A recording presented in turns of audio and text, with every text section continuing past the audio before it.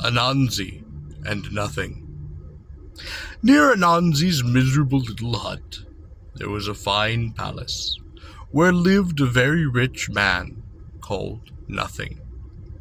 Nothing and Anansi proposed one day to go to the neighboring town to get some wives. Accordingly, they set off together. Nothing, being a rich man, wore very fine velvet cloth, while Anansi had a ragged cotton one.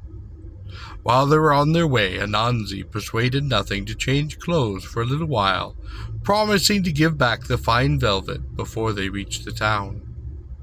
He delayed doing this, however, first on one pretext, then on another, till they arrived at their destination.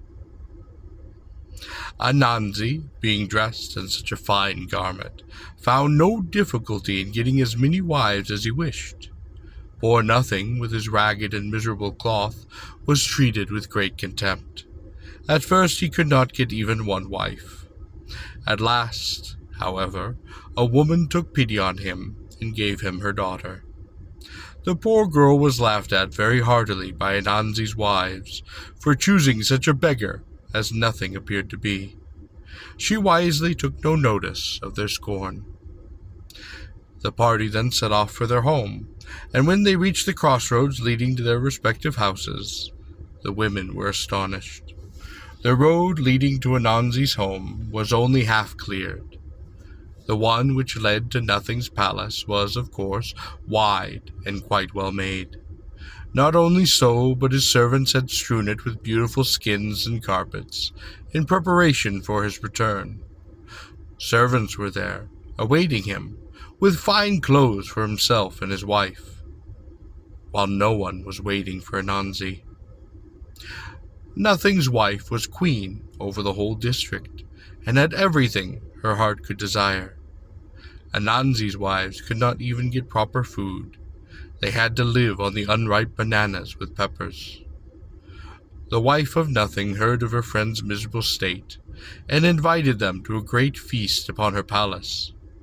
They came, and so pleased with all they saw that they agreed to stay there. Accordingly, they refused to come back to Anansi's hut. He was very angry, and tried in many ways to kill Nothing, but without success. Finally, however, he persuaded some rat friends to dig a deep tunnel in front of Nothing's door, and when the hole was finished, Anansi lined it with knives and broken bottles. He then smeared the steps of the palace with ochre to make them very slippery, and withdrew to a little distance. When he thought Nothing's household was safely in bed and asleep, he called to Nothing to come out to the courtyard and see something. Nothing's wife, however, dissuaded him from going. Anansi tried again and again, and each time she bade her husband not to listen. At last, Nothing determined to go and see this thing. As he placed his foot upon the first step, of course he slipped, and down he fell into the hole. The nose alarm cried the household.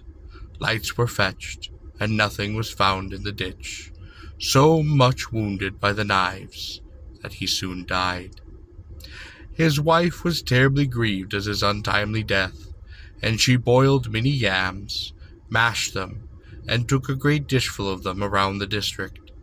To every child she met she gave some, so that the child might help her to cry for her husband.